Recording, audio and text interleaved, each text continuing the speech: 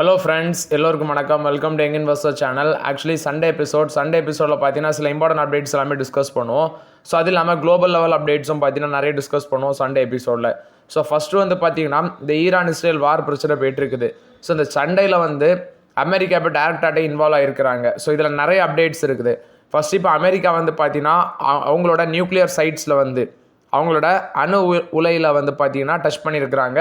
கிட்டத்தட்ட 3 key nuclear சைட்ஸில் touch பண்ணியிருக்காங்க. ஃபார்டோ, நேட்டன்ஸ், இஸ்ஃபஹன் அப்படிங்கிற 3 இடத்துல வந்து பார்த்தீங்கன்னா அட்டாக் பண்ணியிருக்காங்க. ஈரானோட 3 நியூக்ளியர் சைட்டில் அமெரிக்கா டேரக்டாகவே இன்வால்வ் ஆகிருக்கிறாங்க. ஸோ இப்போது ஈரானோட சுப்ரீம் லீடர் அட்டோல்லா அலி கமனி அவர் என்ன சொல்கிறாருன்னா, நாங்கள் யூஎஸ் மேலே திருப்பி அட்டாக் பண்ணுவோம். ஸோ இப்போ அமெரிக்கா வந்து இவங்களை அடிச்சிட்டாங்க. இஸ்ரேல் மேலே ஈரான் வந்து கடுமையாட்டு அட்டாக் பண்ணிட்டு இருக்கிறாங்க. 2 கண்ட்ரீஸுமே பார்த்தீங்கன்னா மாறி சண்டை வச்சுட்டு இருக்காங்க. இது ஒரு பக்கம் போயிட்டு இருக்குது. இப்போ யூஎஸோட அட்டாக்னால ஆயில் ப்ரைஸ் வந்து பார்த்தீங்கன்னா பொத்துன்னு மேலே ஏறும். ஏன்னா ஈரான் வந்து அங்கே அடிச்சிருக்கிறாங்க. மிடில் ஈஸ்டில் டென்ஷன் இன்னும் அதிகமாக இன்க்ரீஸ் ஆகுது. இது இல்லாமல் புது பிரச்சனை ஒன்று எழும்பியிருக்கு. நானே இப்போ தான் பார்த்தேன். அமெரிக்காவோட நாடாளுமன்றத்தோட அனுமதி இல்லாமல் பார்த்தீங்கன்னா ட்ரம்ப் வந்து தன்னிச்சையாட்டு தாக்குதல் நடத்தியிருக்காரு ஈரான் மேலே அப்படின்னு சொல்லி அங்கே உள்ள ஒருத்தர் ஷக் ஷூமர் அப்படிங்கிறவர் வந்து பார்த்தீங்கன்னா கேள்வி எழுப்பியிருக்காரு. ஏன்னா அவர் தன்னிச்சையாட்டு வந்து அட்டாக் பண்ணுறதுக்கு அவருக்கு ரைட்ஸ் கிடையாதான். ஆக்சுவலி அது ஒரு போர் லா அப்படிங்கிறது ஒன்று இருக்குது. அதாவது வார் லா அப்படி ஒன்று இருக்குது போல் அமெரிக்காவில். ஸோ அங்கே வந்து பார்த்திங்கன்னா அந்த சட்டத்தை அமல்படுத்தணும்னா அமெரிக்காவோட செனட், குறிப்பாட்டு மேலவையாக இருக்கிற செனட் சபையை வந்து கூட்டி அங்கே வந்து டிஸ்கஸ் பண்ணிட்டு தான் அதை பண்ணணும் அப்படின்னு சொல்லி சில லாஸ் எல்லாம் இருக்குது. ஆனால் ட்ரம்ப் அந்த மீறி இருக்காரு அப்படின்னு சொல்கிறாங்க. ஸோ உடனே செனட் சபையை கூட்டி நீங்கள் டிஸ்கஸ் பண்ணிட்டு தான் அடுத்த அப்டேட்ஸை எடுக்கணும்னு சொல்லி ட்ரம்புக்கு வந்து பார்த்தீங்கன்னா கோரிக்கை வச்சிருக்காரு. இது எப்படி போகும்னு தெரில. அது இல்லாமல் அந்த சுப்ரீம் லீடர், ஈரானோட சுப்ரீம் லீடர் என்ன சொல்லியிருக்காங்கன்னா, புதுசாட்டு ஒரு மத குருவை செலக்ட் பண்ணுங்கள். ஏன்னா அவருக்கு வயசாயிட்டு ஒரு பக்கம். அவர் என்ன சொல்கிறாருன்னா, எப்படி என்ன ஒரு 2-3 நாளில் கொண்டுருவாங்க. ஸோ அதனால் புதுசாட்டு ஒரு மத குருவை செலக்ட் பண்ணுங்க அப்படின்னு சொல்லி அந்த கம்பெனியை வந்து பார்த்தீங்கன்னா ஈரானில் அப்டேட் கொடுத்துருக்காரு. ஸோ ஓவர்லாட்டம் ஆயில் ப்ரைஸ் இன்க்ரீஸ் ஆகும். மிடில் ஈஸ்டில் ப்ரெஷர் பயங்கரமாக இருக்குது. ஈரான் வந்து அமெரிக்காவும் பார்க்கணும், இஸ்ரேலும் அட்டாக் பண்ணுவாங்க. இது ஒரு பக்கம். ஆல்ரெடி புதின் வந்து வார்னிங் கொடுத்துருந்தாரு. இந்த சண்டையில் வந்து அமெரிக்கா வந்து டேரெக்டாக இன்வால்வ் ஆனால் இது பெரிய பிரச்சனையாட்டு மாறும். ஏன்னா ரஷ்யா, சைனா, நார்த் கொரியா இவங்க எல்லாம் பார்த்தீங்கன்னா அவங்களுக்கு ஈரானுக்கு சப்போர்ட்டாக இருக்கிறாங்க. அமெரிக்கா அந்த மாதிரி சில கண்ட்ரிஸ் எல்லாம் இவங்களுக்கு இஸ்ரேலுக்கு சப்போர்ட்டாக இருக்கிறாங்க. ஒருவேளை ஈரானுக்கு சப்போர்ட்டாட்டு ரஷ்யா இவங்க சைனாலாம் உள்ளே வந்தாங்கன்னா அது பெரிய பிரச்சனையாட்டு மாறும். ஸோ இது வந்து எப்படி போகுதுன்னு தெரில. ஆனால் ட்ரம்ப் வந்து அட்டாக் பண்ணிவிட்டு நீங்கள் வந்து இந்த சண்டையோட இதோட நிறுத்துங்க, பீஸ் வரும் அப்படின்னு சொல்லிட்டு இருக்காரு. ஸோ என்ன மாதிரி மாறுதுன்னு வெயிட் பண்ணி பார்க்கலாம். அது இல்லாமல் பார்த்தீங்கன்னா நம்ம டெலகிராம் சேனலில் ஒரு பிரச்சனை ஆகிடுச்சு. கால்தால் எடுத்து பார்க்குறேன், சேனல் வந்து ஒரு சேனலில் நான் ரிமூவ் ஆகிட்டுன்னு இருக்குது. இன்னொரு சேனல் தானாட்டே க்ரியேட் ஆச்சா இல்லை யாரோ க்ரியேட் ஆனாங்களான்னு தெரியல. பட் அதுலேயும் நான் தான் அட்மினாக இருக்கிறேன், யாருமே அட்மின் கிடையாது. ஒரு சேனலில் ஆட் ஆகிருக்குது. அங்கே இருக்க அப்டேட்ஸ் இந்த அப்டேட்ஸ்லேயும் இந்த ஆப்லேயும் நான் ஷேர் பண்ண டீட்டெயில்ஸ் எல்லாமே இதில் இருக்குது. சரி, பழைய சேனலில் வந்து 80 பேர் தான் இருந்தாங்க, யூஆர் ரிமூவ்டுன்னு காமிச்சு. அதை டிலீட் பண்ணிட்டு இங்கே வந்து பார்த்தா இது அப்படியே இருக்குது. எனக்கு என்னவோ தெரில, நான் 2 சேனலுமே டிலீட் பண்ணிட்டேன். ஏன்னா யாராவது ஹேக் பண்ணியிருந்தா அப்படியே தான் இஷ்யூ இருந்தான்னு தெரில, ஒரு பக்கா இல்லை ஹேக் பண்ணாங்களா அப்படின்னு தெரில. பட் நான் 2 குரூப்லேயுமே நான் தான் அட்மினாக இருந்தேன். ஒரு குரூப்பில் யூஆர் ரிமூவ்னி காமிச்சிச்சு, 80 பேர் தான் இருந்தாங்க. ஸோ புதுசாக நான் ஒரு சேனல் க்ரியேட் பண்ணிவிட்டு நான் உங்களுக்கு லிங்கை கொடுக்குறேன். ஸோ வெயிட் பண்ணுங்கள், ஒரு நாள் வெயிட் பண்ணுங்கள். இது இல்லாமல் பார்த்தீங்கன்னா ஏமன் அவங்க என்ன சொல்கிறாங்கன்னா, நாங்களும் அந்த போரில் ஜாயின் பண்ணிட்டோம் அஃபிஷியலாக அப்படின்னு சொல்லி அவங்களும் சொல்லியிருக்காங்க. ஸோ ரஷ்யா இதுக்கு எப்படி ரியாக்ட் பண்ணுறாங்கன்னு வெயிட் பண்ணி பார்ப்போம். அதானி எனர்ஜி இப்படி ஒரு நிஃப்டி 500 ஸ்டாக்ஸில் ஒரு 8 ஸ்டாக்ஸ் வந்து நெக்ஸ்ட் 12 மந்த்ஸில் 50% மேலே போகலான்னு சொல்கிறாங்க. Mahindra life space ₹574 target price சொல்கிறாங்க. ₹360 current market price. 7 analyst strong buy rating கொடுக்குறாங்க. 59% மேலே போகும்னு சொல்கிறாங்க. Adani energy 4 analyst strong buy rating கொடுக்குறாங்க. கரண்ட் மார்க்கெட் ப்ரைஸ் ₹824 இருக்குது. 60% அப்சைட் போகும்னு சொல்கிறாங்க. ₹1314 target price.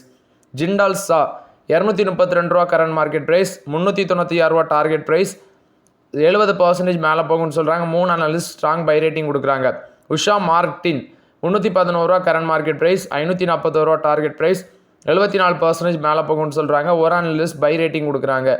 Anandraj ₹515 current market price. ₹916 target price. 78% மேலே போகும்னு சொல்கிறாங்க. 4 அனாலிஸ்ட் ஸ்ட்ராங் பை ரேட்டிங் கொடுக்குறாங்க.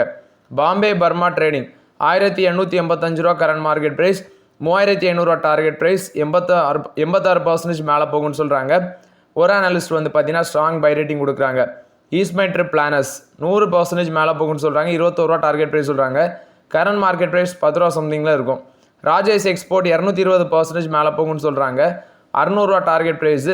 ஆனால் ஷேர் ப்ரைஸ் 187 ரூபாவில் இருக்குது. இதெல்லாம் பார்த்தீங்கன்னா ப்ரோக்கரேஜஸ் ஃபார்ம் சொல்கிறது.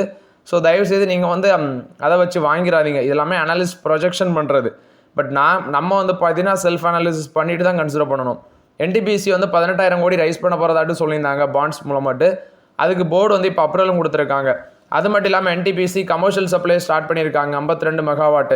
நோக் சோலார் ப்ராஜெக்டோட 52 megawatt unit commercial supply start பண்ணியிருக்காங்கன்னு சொல்லியிருக்காங்க. இது வந்து பார்த்தீங்கன்னா NTPC கொடுத்த அப்டேட்டு. இந்த அமெரிக்காவோட அட்டாக்கு ரஷ்யா எப்படி ரியாக்ட் பண்ணியிருக்காங்கன்னா, ரஷ்யாவோட டிமிட்ரி மெட்வெதவ் இவர் வந்து சொல்கிறது, Netanyahu will go one day but Iran will remain அப்படின்னு சொல்லியிருக்காரு. அதுக்கு கீழே கமெண்ட்ஸை பார்த்தீங்கன்னா, Dmitry Medvedev will go one day but Israel will remain அப்படின்னு சொல்லியிருக்கிறாங்க. இது வந்து அவர் சொல்லியிருக்காரு. அவர் சொன்னதை மாற்றி வந்து பார்த்தீங்கன்னா நிறைய பேர் சொல்கிறாங்க. கோல் இந்தியா கொடுத்த அப்டேட்டு, சில பிஸ்னஸ் அப்டேட்ஸும் சொல்லியிருக்காங்க. கோல் இந்தியா வந்து சென்ட்ரல் கோல்ஃபீல்ட்ஸ் லிமிடெட் அவங்களோட சப்சிடரி, அது மூலமாட்டு 2 நியூ கோல் மைன்ஸ் வந்து கொண்டு வர போகிறாங்க. ஏன்னா அவங்களுக்கு ப்ரொடக்ஷனை இன்க்ரீஸ் பண்ணணும்.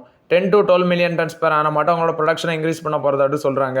இப்போ கரண்டாட்டு 110 million tons per annum production இருக்குது. 2030 150 million tons per annum production இருக்கும் அப்படின்னு சொல்லி அப்டேட் கொடுக்குறாங்க. இது வந்து பார்த்தீங்கன்னா கோல் இந்தியாவை பொறுத்த வரைக்கும் அப்டேட்டு.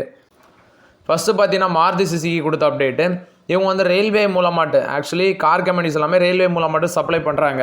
இதுக்கு பின்னாடி சில டீட்டெயில்ஸ் எல்லாம் இருக்குது. ஹரியானா ஆர்பிட்டல் ரயில் காரிடார் அந்த லைன் மூலமாட்டு சப்ளை பண்ணுறாங்க. இப்போது சோனிப்பட்டு மனுசார் அந்த பைபாஸ் கேபிட்டல் வந்து பார்த்தீங்கன்னா கனெக்ட் பண்ணுது. பல்வால் அந்த ஏரியா வந்து கனெக்ட் பண்ணுது. இப்போ மாருதி சுசுகி வந்து இந்த லைனில் ஹரியானா ஆர்பிட்டல் ரயில் காரிடாரில் 13% ஸ்டேக் வச்சுருக்காங்க. 325 கோடி இன்வெஸ்ட்மெண்ட்டு. ஸோ இப்போ அந்த கம்பெனி மூலமாட்டு அவங்களுக்கு ரயில்வே அந்த லைன் மூலமாட்டு போகிறதுனால இவங்களுக்கு பெனிஃபிட் இருக்குது. கிட்டத்தட்ட 4.5 lakhs வெஹிக்கிள்ஸ் வந்து ஆனுவலி சப்ளை பண்ண இருக்கிறாங்க. குருகிராம் மேனுசார் பிளான்ஸில் ப்ரொடக்ஷன் ஆகிறது. அது இல்லாமல் 17 மேஜர் ரயில்வே ஹப்ஸ் வந்து பார்த்திங்கன்னா அந்த பிபாவா முந்த்ரா போர்ட்ஸ் வந்து கனெக்ட் பண்ணுது. இது வந்து மாருதியோட நியூ பிளான்ட் கார்கோடாவில் இருக்கிறத வந்து கனெக்ட் பண்ணும். ஸோ நெக்ஸ்ட்டு 4 to 5 years வந்து பார்த்தீங்கன்னா அதை ஓப்பனும் பண்ணிடுவாங்க. ஸோ இதனால் வந்து பார்த்தீங்கன்னா மாருதி சப்ளை பண்ணுறது அந்த கம்பெனிக்கும் பெனிஃபிட் இருக்குது. கார்பன் எமிஷனையும் வந்து ரெடியூஸ் பண்ணுது. கிட்டத்தட்ட 2015 ஸ்டார்ட் பண்ணுறாங்க இந்த ரயில்வே மூலமாட்டு ட்ரான்ஸ்ஃபர் பண்ணுறது. 2.5 மில்லியன் வெஹிக்கிள்ஸ் வந்து சப்ளை பண்ணியிருக்காதா சொல்லியிருக்காங்க. 2030 வந்து 35% இன்க்ரீஸ் ஆகும் அப்படிங்கிற அப்டேட்டையும் ஷேர் பண்ணியிருக்காங்க. ஆக்சுவலி மாருதி சுசுகி தான் பார்த்தீங்கன்னா ட்ரெயின் மூலமாட்டு சப்ளை பண்ணுறது அதிகமாட்டு பண்ணிகிட்டு இருக்கிறாங்க. அது இல்லாமல் ஹியூண்டாய் வந்து 1,56,724 வெஹிக்கிள் சப்ளை பண்ணியிருக்காங்க 2024. 26% இன்க்ரீஸ் ஆகிருக்கு. இது மூலமாட்டு ஃப்ரைட்டோட ரெவன்யூ வந்து ஃப்ரைட் ரெவன்யூ 973 கோடியாக இருக்குது அப்படின்னு சொல்லியிருக்கிறாங்க. 5% இன்க்ரீஸ் ஆகிருக்கு. இது கார் கம்பெனிஸை பொறுத்த வரைக்கும் அப்டேட்டு. நெக்ஸ்ட் HDB ஃபினான்ஷியல் சர்வீஸோட IPO டீட்டெயில்ஸ் சொல்லிடுறேன். ஸோ அது வந்து பார்த்தீங்கன்னா டேட் எல்லாமே நான் ஆல்ரெடி சொல்லிட்டேன். இது போக 25 ஓப்பன் ஆகி 27 க்ளோஸ் ஆகுது. Allotment date 30 refund share credit 1 listing July 2 700 740 price band. 20 share இருக்கும் ஒரு லாட்டில். 14,000 14,800 சம்திங் வரும் ஒரு lot. So listing price estimate பண்ணுறது 823 லிஸ்ட் ஆகலாம் 11% ப்ரீமியத்தில். ஆக்சுவலி QIP இந்த குவாலிஃபைடு இன்ஸ்டியூஷனல் இன்வெஸ்டர்ஸுக்கு 50% இருக்குது. நான் இன்ஸ்டியூஷனல் இன்வெஸ்டர்ஸுக்கு 15%, ரீட்டைல் இண்டிவிஜுவல் இன்வெஸ்டர்ஸுக்கு 35%, employee quota 200 crore, HDFC bank share holders quota 1,250 கோடின்னு சொல்கிறாங்க. So major share ஹோல்டருங்கிறது HDFC bank தான். இது போக NBFCயோட அப்பர் லேயர் பெர் RBI அது வந்து கிளாசிஃபிகேஷன் சொல்லியிருக்கிறாங்க. இவங்க மெயினாக ஃபோக்கஸ் பண்ணுறது enterprise lending, consumer finance, asset finance, omni channel, pan India presence இருக்குது டிஸ்ட்ரிபியூஷனில்.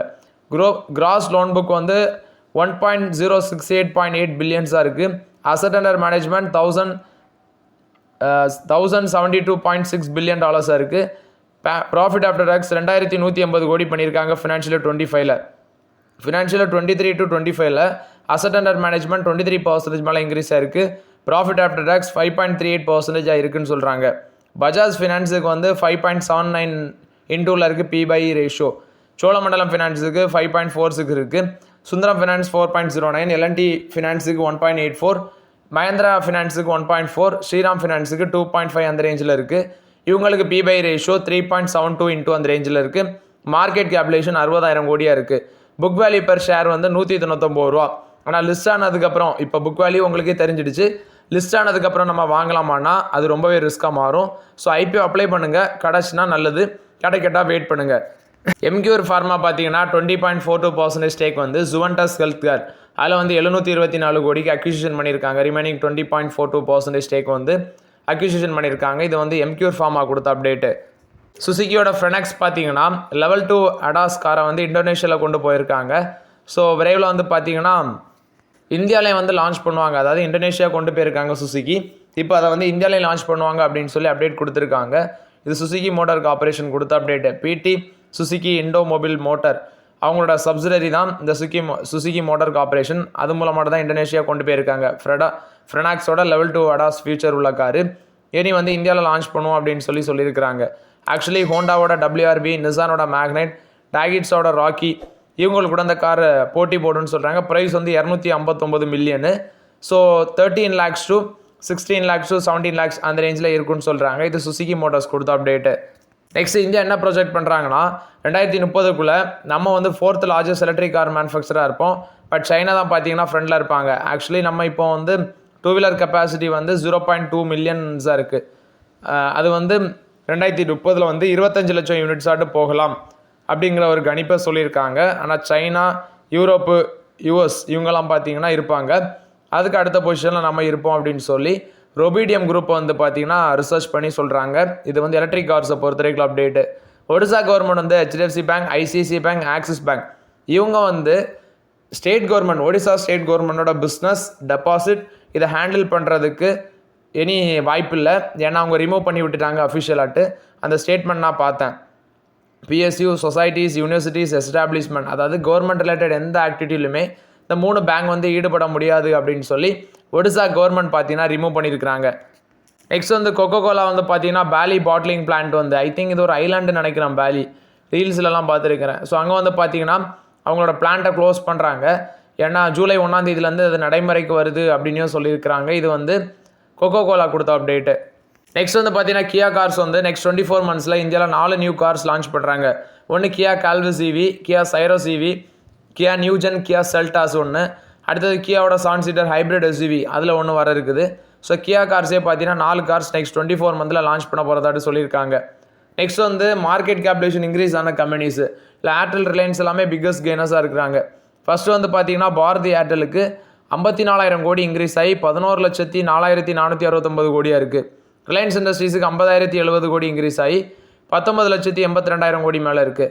HDFC பேங்க்குக்கு 38,500 கோடி இன்க்ரீஸ் ஆகி 15,07,000 கோடி மேலே இருக்குது. இன்ஃபோசிஸுக்கு 8,433 கோடி இன்க்ரீஸ் ஆகி 6,73,751 கோடியாக இருக்குது. ICICI பேங்க்குக்கு 8,012 கோடி இன்க்ரீஸ் ஆகி 10,18,387 கோடியாக இருக்குது. ஸ்டேட் பேங்க் ஆஃப் இந்தியாவுக்கு 3,212 கோடி இன்க்ரீஸ் ஆகி 7,10,399 கோடியாக இருக்குது. பஜாஜ் ஃபினான்ஸுக்கு 17,876 கோடி விழுந்து 5,62,175 கோடியாக இருக்குது. TCSக்கு 4,613 கோடி விழுந்து 12,42,577 கோடியாக இருக்குது. யூனிலிவருக்கு 3,336 கோடி விழுந்து 5,41,557 கோடியாக இருக்குது. LICக்கு வந்து 1,106 கோடி விழுந்து 5,92,778 கோடியாக இருக்குது. 5,92,272 கோடியாக இருக்குன்னு சொல்கிறாங்க. ஸோ இது மார்க்கெட் கேபிடேஷன் சில கம்பெனிஸுக்கு இன்க்ரீஸ் ஆயிருக்கு, சில கம்பெனிஸுக்கு பார்த்தீங்கன்னா விழுந்திருக்குது. ஸோ ஓகே ஃப்ரெண்ட்ஸ், ஆக்சுவலி இந்த சண்டே எபிசோடில் சில இம்பார்ட்டன்ட் அப்டேட்ஸ் எல்லாமே டிஸ்கஸ் பண்ணோம். அந்த வீடியோ உங்களுக்கு பயனுள்ளதாக இருந்துச்சுன்னா லைக் பண்ணுங்கள், சப்ஸ்கிரைப் பண்ணுங்கள், கமெண்ட் பண்ணுங்கள். Okay friends, thank you.